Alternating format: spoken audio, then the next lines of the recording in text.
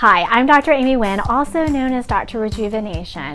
Today we're going to talk about 3 things that no one ever tells you happens to your body after you have a baby. Now granted, some of us have really easy childbirth. That wasn't the case for my first one. I mean, I think it's the curse of being a physician. I pushed for 3 to 4 hours, was in labor for 24 hours. It was not easy. But what I did not realize, the worst thing I thought about having the post-care afterwards was how painful it was down below just from the tearing. So it is so incredibly tender. And I remember it hurt for 6 to 8 weeks before that area healed. And I was probably sitting like this for a while just because it was so uncomfortable.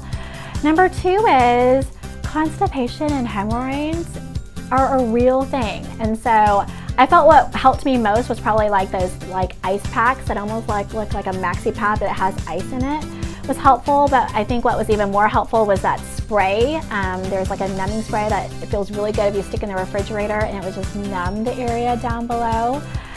Number 3 is it's not uncommon for us to leak a little bit of pee-pee when we cough or sneeze or laugh. It's not uncommon during pregnancy, but oftentimes it can happen and stay even after pregnancy. Sometimes it can resolve 6 months after pregnancy. You can do Kegel exercises to help strengthen up the vaginal muscles down below. So that type of leakage is because of muscle weakness. So we can tighten and tone those vaginal muscles, and it can help resolve that mild urinary leakage that you have. But those were my common takeaways that I took away from my first delivery. Second baby was much easier, but I thought I would share that with all of you guys.